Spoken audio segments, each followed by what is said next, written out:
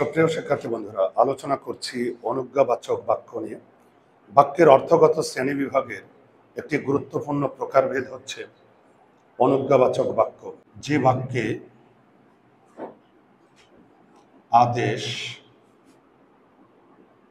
উপদেশ,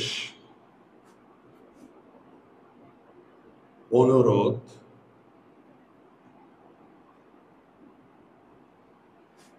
প্রার্থনা,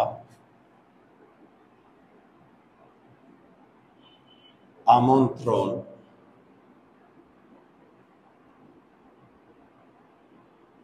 তাহলে দেখো, যে বাক্যে আদেশ, উপদেশ, অনুরোধ, প্রার্থনা, আমন্ত্রণ করা বোঝায়,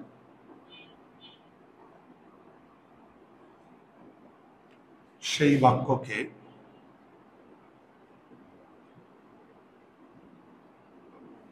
অনুজ্ঞাবাচক বাক্য, অনুজ্ঞাবাচক বাক্য বলে। তাহলে দেখো, যে বাক্যে আদেশ, উপদেশ, অনুরোধ, প্রার্থনা, আমন্ত্রণ, এখানে আসো, যে বাক্যে আদেশ, উপদেশ, অনুরোধ, প্রার্থনা, আমন্ত্রণ করা বোঝায়, সেই বাক্যকে আমরা কি বলবো? অনুজ্ঞাবাচক বাক্য। এবার একটু লিখো, দুটি কালের অনুজ্ঞা হয়, দুটি কালের অনুজ্ঞা হয়। তাহলে আমরা একটু দেখব,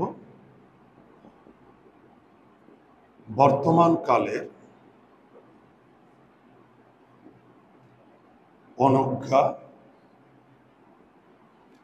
আর ভবিষ্যৎ কালের অনুজ্ঞা।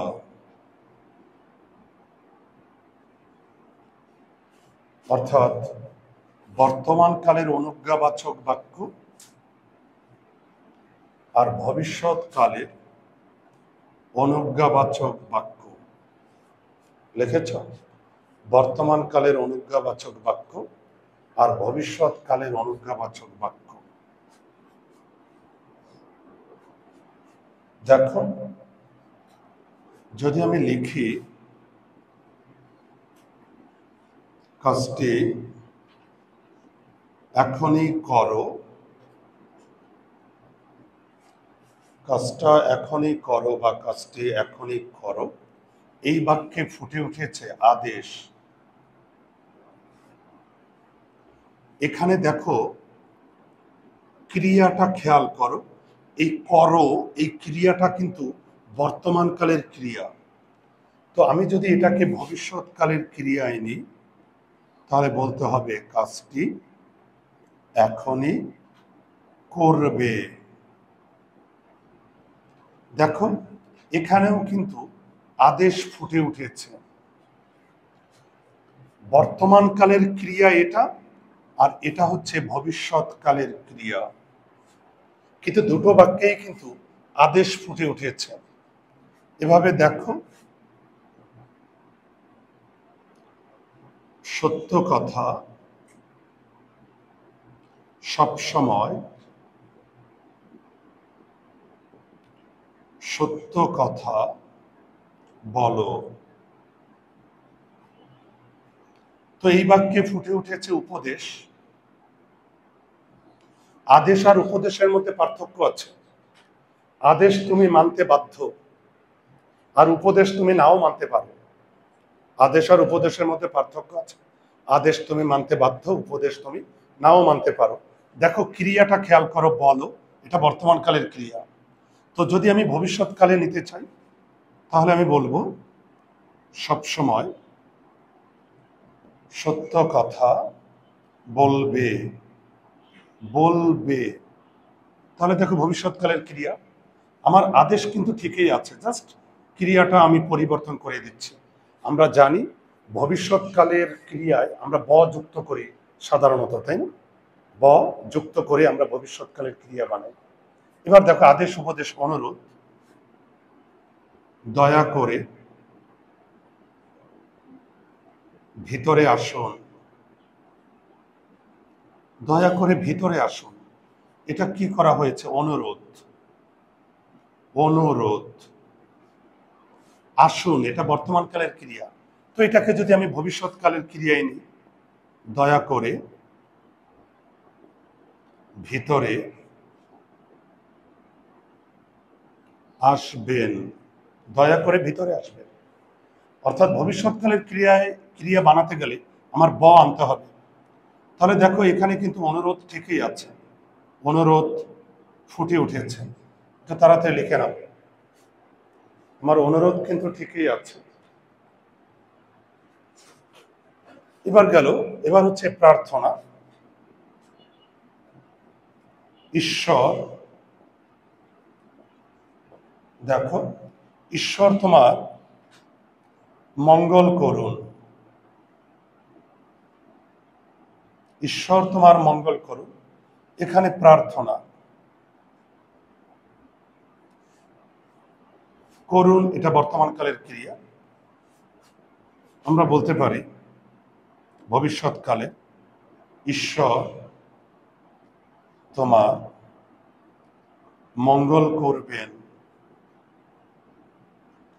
দেখো আমার প্রার্থনা কিন্তু ঠিকই আছে, শুধু ক্রিয়ার কালটা চেঞ্জ করে দিয়েছে। আবার আমন্ত্রণ, বেড়াতে এসো। বেড়াতে এসো, এটা আমন্ত্রণ। ক্রিয়াটা খেয়াল করো, এসো। আমি এটাকে ভবিষ্যৎকালের যদি বাক্য তৈরি করি, বেড়াতে আসবে, আমন্ত্রণ ঠিকই বুঝিয়েছে। আবার মনে রাখবে, কখনো কখনো আশীর্বাদ বুঝাতেও অনুজ্ঞাবাচক বাক্য হয়। আশীর্বাদ, যদিও আশীর্বাদ আর প্রার্থনা প্রায় একই অর্থ। আশীর্বাদ এবং প্রার্থনা প্রায় একই অর্থ। দেখো তো, যদি আমি বলি সুখী হও, সুখী হও, এখানে আশীর্বাদ। আবার আমি বলতে পারি ভবিষ্যৎকালের যদি আমি সুখী হবে, দেখো আশীর্বাদ কিন্তু ঠিকই ফুটিয়ে উঠেছে, একটা বর্তমানকালের একটা ভবিষ্যৎকালের।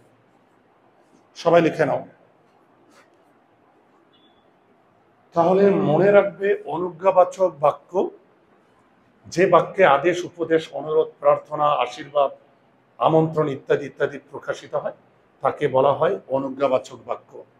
আর অনুজ্ঞাবাচক দুইটি কালের হয়, একটা বর্তমান কালের, একটা ভবিষ্যৎ কালের।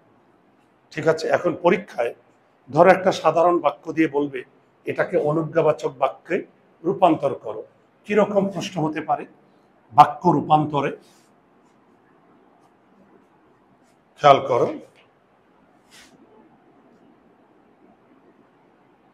মনোযোগ দাও।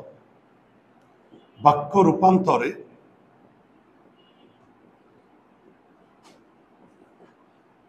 তোমাকে একটা সাধারণ বাক্য দিয়ে বলবে, বাক্য রূপান্তর তো বুঝতেই পারছো, ট্রান্সফরমেশন অফ সেন্টেন্স।